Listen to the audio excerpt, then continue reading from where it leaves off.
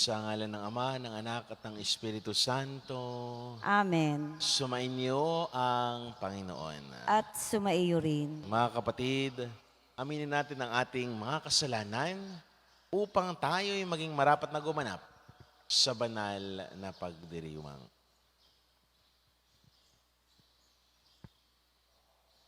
Inaamin ko sa makapangyarihang Diyos at sa inyo mga kapatid, na lubha akong nagkasala sa isip, sa salita at sa gawa, at sa aking pagkukulang. Kaya isinasamo ko sa mahal na Berheng Maria, sa lahat ng mga anghel at mga banal, at sa inyo mga kapatid, na ko'y ipanalangin sa Panginoong ating Diyos. Kaawaan tayo ng makapangyarihang Diyos. Patawarin tayo sa ating mga kasalanan at patnubayan tayo sa buhay na walang hanggan. Amen. Panginoon, kaawaan mo kami. Panginoon, kaawaan mo kami. Kristo, kaawaan mo kami. Kristo, kaawaan mo kami. Panginoon, kaawaan mo kami. Panginoon, kaawaan mo kami. Manalangin po tayo. Ama naming makapangyarihan, huwag mong bawiin sa amin ang iyong kagandahang loob na nagpapakindapat na kami maging iyong lingkod at magdulot sa amin ng iyong palagiang pagkukup sa pamamagitan ni Jesucristo, kasama ng Espiritu Santo magpa sa walang hanggan. Amen.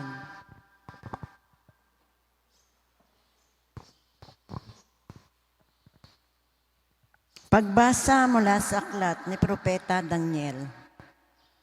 Noong mga araw na iyon, tumindig si Asarias at dumalangin. Alang-alang sa iyong karangalan, huwag mo kaming itakwil habang panaon. Huwag mong putulin ang iyong tipan sa amin. Muli mo kaming kahabagan, alang-alang kay Abraham na iyong minamahal, kay Isaac na iyong lingkod, at kay Israel na iyong pinabanal. Pinangako mong pararamihin ang kanilang lahi, gaya ng mga bituin sa langit, at ng buhangin sa tabing dagat.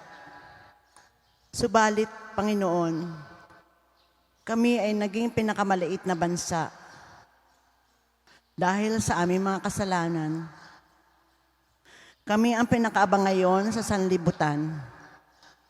Huwag kaming hari. Wala kaming hari, mga propeta o mga tagapanguna ngayon. Walang templong mapag-alayan na mga handog na susunugin, mga hain at kamanyang. Wala man lamang lugar na mapaghandugan upang kami ay humingi ng awa. Ngunit lumalapit kami sa iyo, ngayon nabagbag ang puso at nagpapakumbaba. Tanggapin mo na kami na parang may dalang mga baka, mga guya at libu-libong matatabang tupa na susunugin bilang handog sa iyong harapan. Tanggapin mo ang aming pagsisisi bilang handog, upang kami matutong sumunod sa iyo ng buong puso. Walang nagtiwala sa iyo na nabigo. Simula ngayon, buong puso kaming susunod sa iyo. Sasamba at magpupuri sa iyo. Huwag mo kaming biguin. Yamang ikaw ay maamo at mapagkalinga.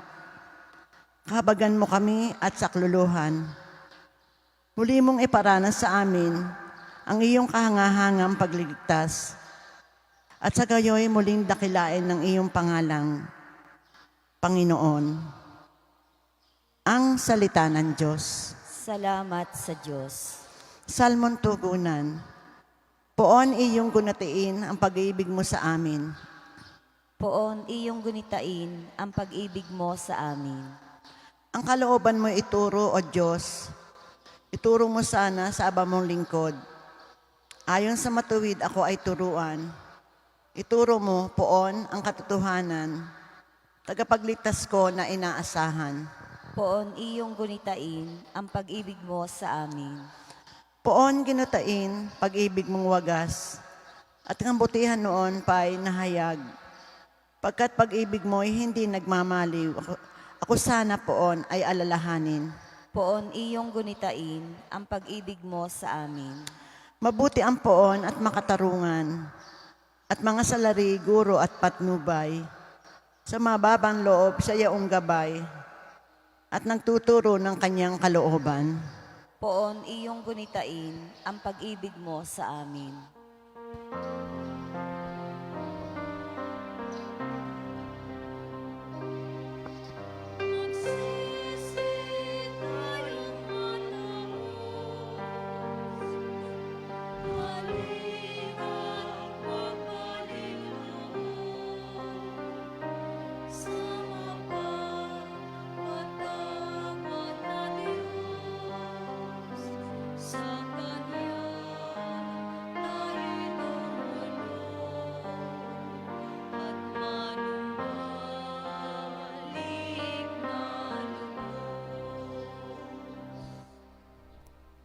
Sumainyo ang Panginoon. At sumaiyo rin. Ang mabuting balita ng Panginoon ayon kay San Mateo.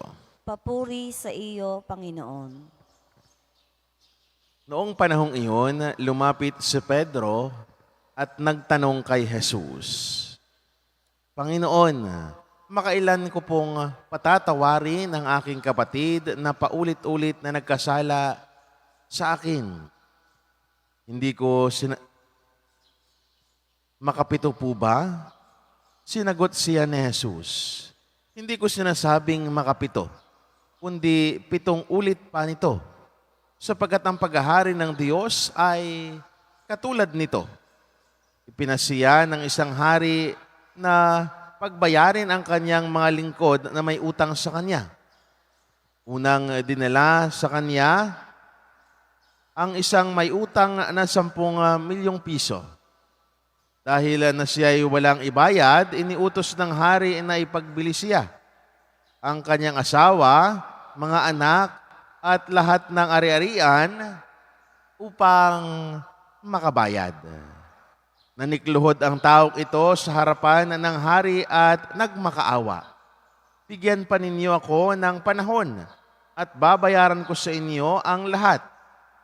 Naawa sa kanya ang hari kaya ipinatawad ang kanyang mga utang at pinayaon siya. Ngunit pagkaalis niya roon ay nakatagpo niya ang isa sa kanyang kapwa lingkod na may utang na 500 piso sa kanya. Sinunggaban niya ito at sinakal, sabay wika, magbayad ka ng utang mo. Lumuhod iyon at nagmakaawa sa kanya. Bigyan po ako ng panahon at babayaran kita. Ngunit hindi siya pumayag. Sa halip, ipinabalanggo niya ang kanyang kapwa lingkod hanggang sa ito'y makabayad. Nang makita ng kanyang mga kapwa lingkod ang nangyari, sila'y labis na nagdamdam. Pumunta sila sa hari at isinumbong ang nangyari. Kaya't ipinatawag siya ng hari. Ikaw, napakasama mo, sabi niya. Pinatawad kita sa utang mo sapagkat nagmakaawa ka sa akin. Nahabag ako sa iyo. Hindi ba dapat ka ring mahabag sa kapwa mo? At sa galit ng hari, siya ay ipinibalanggo hanggang sa mabayaran niya ang kanyang utang. Gayon din ang gagawin sa inyo ng aking amang nasa langit kung hindi ninyo patatawarin ang inyong kapatid. Ang mabuting balita ng Panginoon. Pinupuri ka namin, Panginoong Hesukristo. Magandang umaga po sa inyong lahat. At sa mga patuloy na nakikisa sa atin sa ating Facebook Live, magandang umaga. Mga kapatid, ngayon pong araw na ito, inanyahan tayo ng ating mabuting balita at sa ating pagdiriwang din ngayon sa panahon ng Kwaresma na makipagsundo sa Diyos at makipagsundo sa isa't isa. Kaya't hinikaya tayo ng panalangin ng Panginoong patawarin ang mga kasalanan ng nakagawa sa atin ng pagkakasala. Kaya nga ipinapahiwatig sa atin ng ating mabuting balita nung nagtanong si Pedro kay Jesus kung gaano karaming beses ba dapat siyang magpatawad ng sinumang nagkasala sa kanya. Ano ba ang naging tugon ni Jesus? Hindi 7, kundi 7 beses, 77 beses pa nito. Mga kapatid, nangangahulugang ito na dapat nating patawarin ang ibang tao sa oras na sila'y tunay na nagsisi at nais humingi ng tawad. Ano ba sinabi? Nagsisi at nais humingi ng tawad. Kaya mga kapatid, tinugon ito ng ating unang pagbasa. Ano ba ang sabi sa atin sa unang pagbasa? Sila'y nanikluhod, nagmakaawa, natanggapin sila.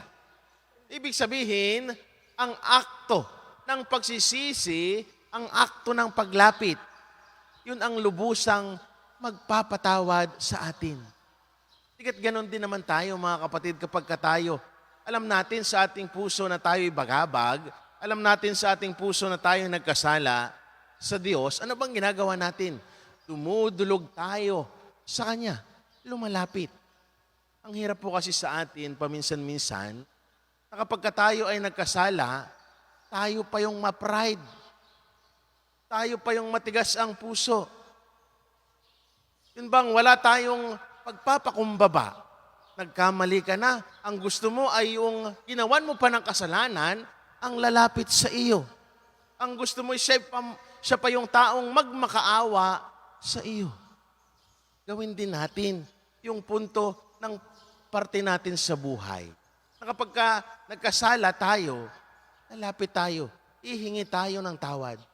At kapag may mga tao namang lumalapit sa atin at tumingi ng tawad, ano bang sinabi ni Jesus? Kailangan patawarin natin sila. At sinagot din ito ng mabuting balita. Anong sabi?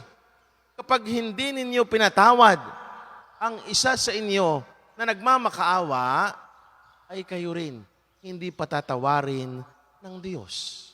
Kaya ipinabilanggo ng hari ang lalaki, sapagkat nung siya'y binigyan ng awa ng hari, yung umutang naman sa kanya, ang hindi niya inaawaan.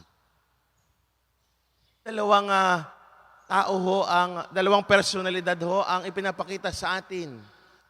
Yung pagbibigay natin ng awa at ang paglapit natin sa nagawa natin ng kasalanan.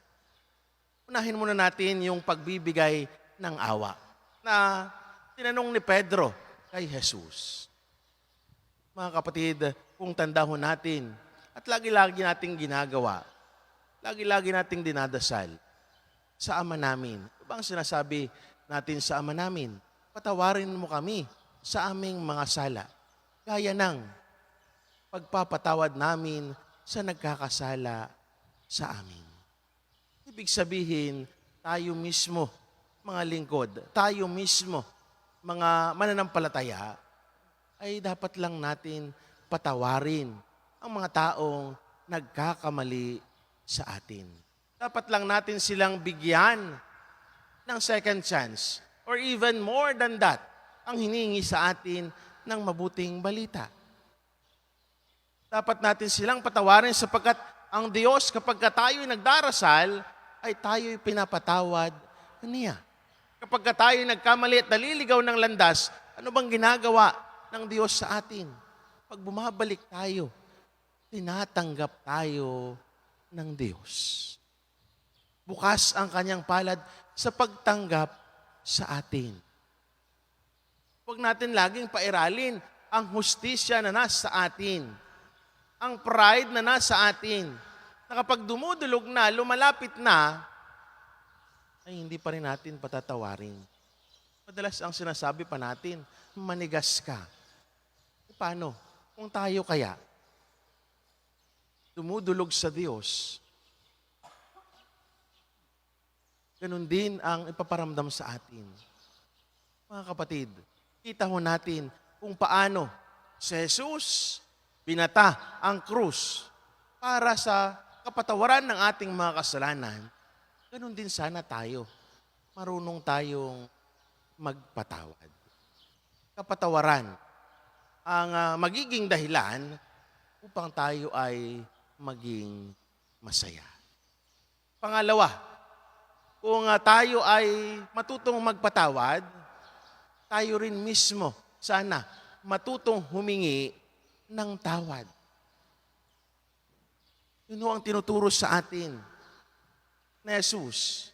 Na sa araw-araw sana na tayo magkamali sa Kanya, tayo'y dumudulog sa Kanya.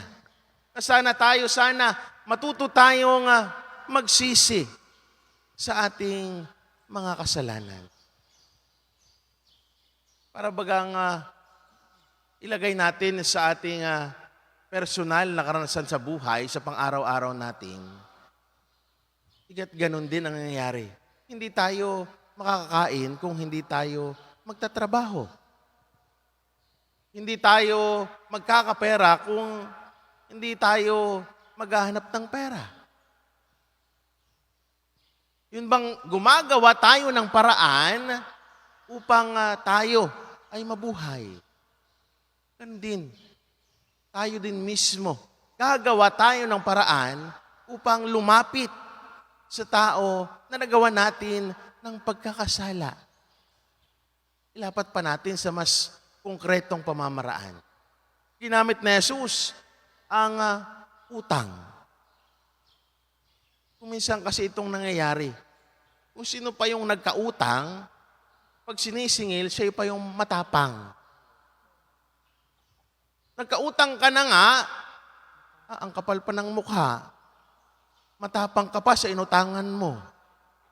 Sinisingil ka na, hindi ka pa babayad. Maganda lamang o nakangiti lamang pagka nangungutang. Pero pagka babayad na, ay sisimangutan ka na. Ganon din ho ang pinapaliwanag ni Jesus. Kapag alam natin na tayo ay nagkamali, nagkasala. Kaya nga sinagot sa unang pagbasa, sila mismo ay nagmakaawa na sila'y tanggapin. Kapag alam natin na tayo ay nagkamali, kapag alam natin na tayo ay nagkasala sa isang tao, magpakumbaba tayo. Huwag na nating pairalin ang ating pride sa buhay. Lumapit. Sapagkat ibibigay ang karampatang pagpapatawad sa mga taong lumalapit sa atin. At sana naman, matutunan nating magpatawad sa mga taong lumalapit sa atin at humihingi ng tawad.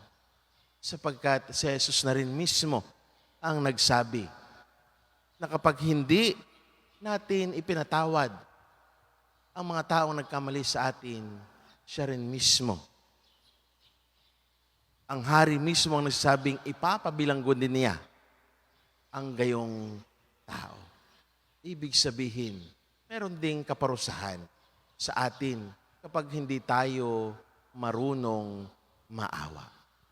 Mga kapatid, dalawang mahalagang bagay po ang ipinapaunawa sa atin ngayong araw na ito. Ang akto ng pagpatawad at ang akto ng paghingi ng tawad. Sana ngayong panahon ng Kwaresmang ito, matutunan natin na magpatawad at humingi ng tawad.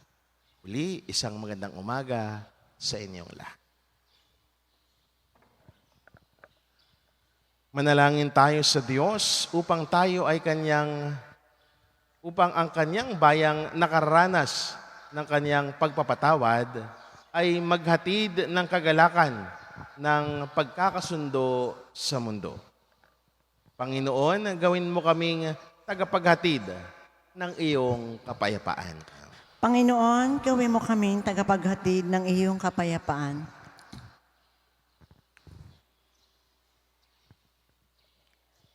Ang simbahang pinalaya ng dugo ni Kristo, naway mamuhay sa pagkakasundo at kapayapaan. Manalangin tayo sa Panginoon. Panginoon, gawin mo kaming tagapaghatid ng iyong kapayapaan. Ang simbahang Kristiyano, naway mapagsama sa ilalim ng nag-iisang ebanghelyo ng pag-ibig. Manalangin tayo sa Panginoon. Panginoon, gawin mo kaming tagapaghatid ng iyong kapayapaan. Ang mga mag-asawa, naway matutong magpatawad at umunawa sa isa't isa.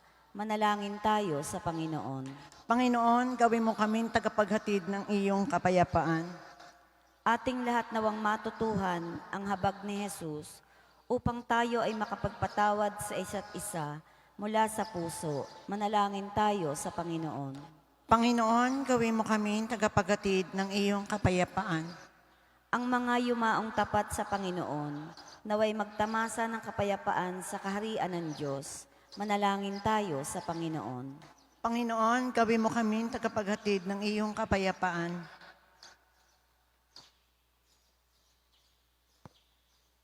Ama naming nasa langit, lagi mo nawa kaming palakasin ng iyong pag-ibig at habag. At tulungan kaming maghandog ng pagpapatawad sa iba. Inihiling namin ito sa pamamagitan ni Kristo na aming Panginoon. Amen.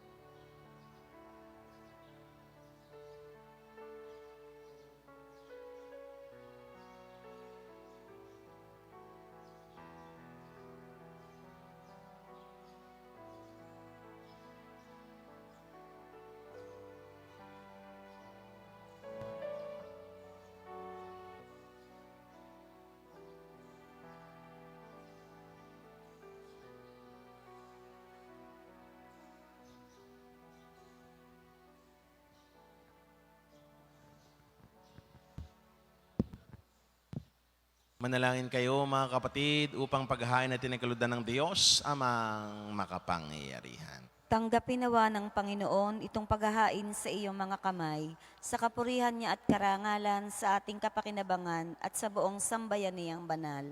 Ama naming lumikha sa ikapagpatawad ng mga kasalanan.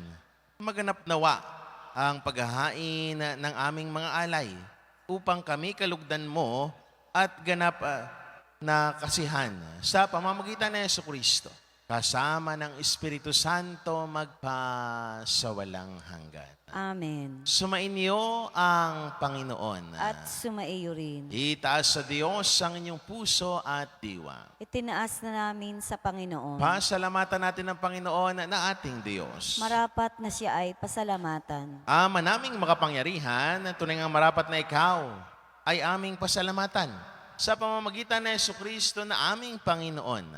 Sa pagbabakasakali mong kami bubuti, isinugo mo sa Jesucristo upang pangunahan kami. Bilang pagsunod sa iyong atas na bigay, ipinahayag ng iyong anak ang iyong kalooban na ang mga apitdukha ay kanyang damayan. Ngayon ay iyong inihahandog ang pagkakataong aming may sa loob ang kanyang ganap at kusang paglilingkod upang sa iyo'y lagi kami makasunod. Kaya kaysa ng mga anghel na nagsisiawit ng papuri sa iyo nang walang humpay sa kalangitan, kami nagbubunyi sa iyong kadakilaan. Santo, Santo, Santong Panginoong Diyos ng mga hukbo, napupuno ang langit at lupa ng kadakilaan mo, o sana sa kaitaasan. Pinagpala ang naparirito sa ngalan ng Panginoon, o sana sa kaitaasan. Ama naming banal, ikaw ang bukal ng tanang kabanalan. Kaya't sa pamamagitan ng iyong Espiritu, gawin mong banal ang mga kaloob na ito upang para sa amin maging katawan at dugo ng aming Panginoong Jesucristo. Bago niya pinagtiis ang kusang loob na maging handog, hinawakan niya ang tinapay, pinasalamatan kaniya, pinaghati-hati niya iyon, iniabot sa kanyang mga alagad at sinabi, tanggapin ninyong lahat ito at kanin. Ito ang aking katawan na ihahandog para sa inyo.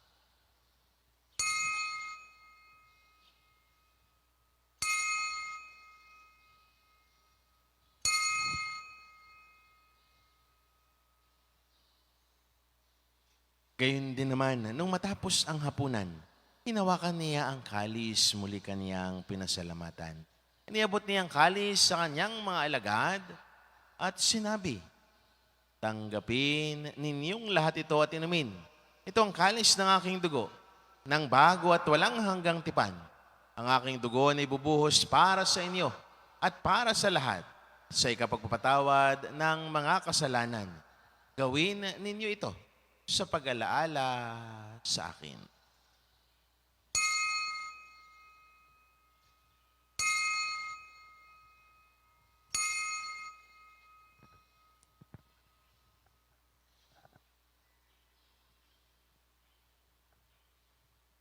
Ipagbunyi natin ang misteryo ng pananampalataya. Si Kristo'y namatay, si Kristo'y nabuhay, si Kristo'y babalik sa wakas ng panahon. Ama, ginagawa namin ngayon ang pag-alaala sa pagkamatay at muling pagkabuhay ng iyong anak. Kaya tinayaalay namin sa iyo ang tinapay na nagbibigay buhay at ang kalis na nagkakaloob ng kaligtasan. Kami, nagpapasalamat dahil kami yung may narapat at tumayo sa harap mo para maglingkod sa iyo. Isinasamo namin kami magsalo-salo sa katawan at dugo ni Kristo ay mabuklod sa pagkakaisa sa pamamagitan ng Espiritu Santo. Ama, lingapin mo ang iyong simbahang laganap sa buong daigdig. Puspusin mo kami sa pag-ibig kaysa ni Francisco naming Papa, ni Gilbert naming Arsobispo at ng Tanang Kaparian. Alalahanin mo rin ang mga kapatid naming nahimlay nang may pag-asang sila'y muling mabubuhay, gayon din ang lahat ng mga pumanaw.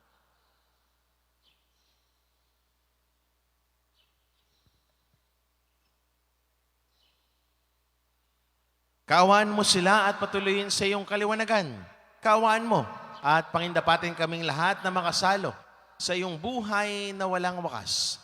Kaysa ng mahal na Birheng Maria na ina ng Diyos, kaysa ni Poong San Jose, kaysa ng mga apostol at ng lahat ng mga banal ni San Jose Marelo na namuhay dito sa daigdig ng kalugod-lugod sa iyo. May pagdiwang nawa namin ang pagpupuri sa ikarangal mo sa pamamagitan ng iyong anak na aming Panginoong Heso Kristo. Sa pamamagitan ni Kristo, kasama niya at sa Kanya, ang lahat ng parangal papuri sa iyo, Diyos, Amang makapangyarihan, kasama ng Espiritu Santo, magpa sa walang hanggan.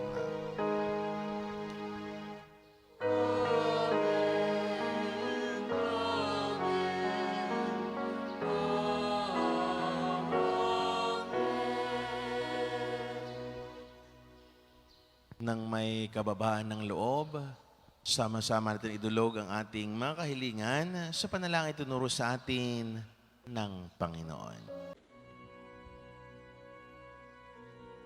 Ama namin, sumasalangit ka,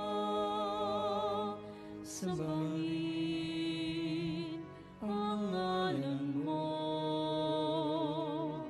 mapasa amin ang kaharian mo, sundin ang loob mo dito sa lupa para nang sa langit. Bigyan mo kami ngayon ang aming kakanin sa araw-araw. At patawarin mo kami sa aming mga sala para ng pagpapatawad namin sa nagkakasala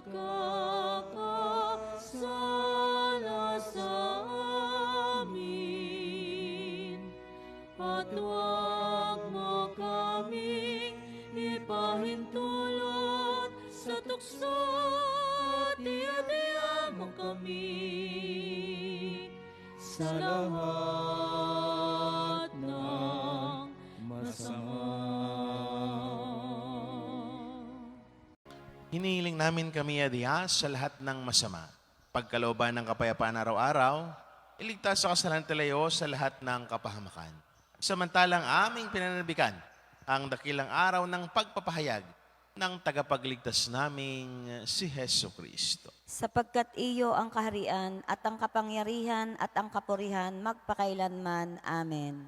Panginoong Heso Kristo, sinabi mo sa iyong mga apostol, kapayapaan ang iniiwan ko sa inyo. Ang aking kapayapaan ang ibinibigay ko sa inyo.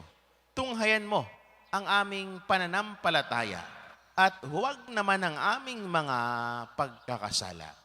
Pagkalooban mo kami ng kapayapaan at pagkakaisa ayon sa iyong kalooban, kasama ng Espiritu Santo magpasawalang hanggan. Amen. Ang kapayapaan ng Panginoon ay laging sumainyo. At sumaiyo rin. Magbigayan kayo ng kapayapaan sa isa't isa. Peace be with you po.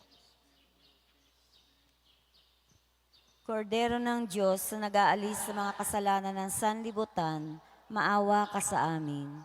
Kordero ng Diyos na nag-aalis sa mga kasalanan ng sanlibutan, maawa ka sa amin. Kordero ng Diyos na nag-aalis sa mga kasalanan ng sanlibutan, ipagkaloob mo sa amin ang kapayapaan.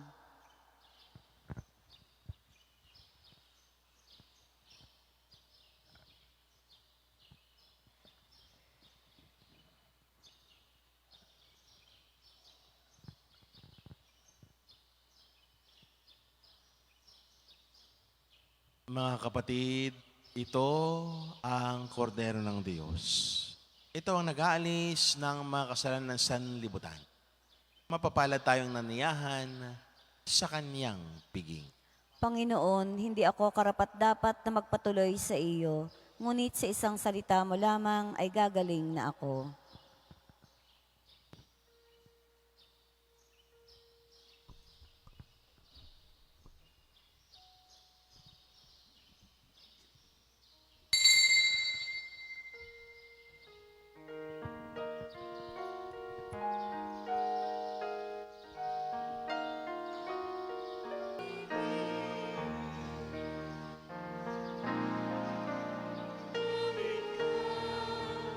O kami ng sabagong puso, o kasanang kahay, nabasa ng buwan, inisip ang diwan, sa alay ay puno.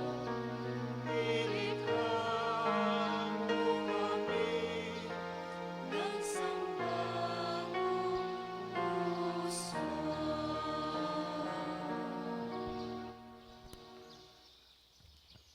Manalangin tayo. Ama naming mapagmahal, pamalagiin nawa kaming buhay ng pagsasalo namin sa banal na pagkikinabang at dulutan nawa kami nito ng iyong kapatawaran at patatagin nawa kami sa tapat na pagmamahal sa pamamagitan ng Yesu Kristo kasama ng Espiritu Santo magpasawalang hanggan. Amen. Sumainyo ang Panginoon. At sumaiyo At rin. pagpalain kayo ng mawain, mapagmahal at makapangyarihang Diyos. Sa ngalan ng Ama, ng Anak at ng Espiritu Santo. Amen. Ang banal na misa ay naialay na. Humay kayong taglay ang kapayapaan at pag-ibig ng Diyos. Salamat sa Diyos.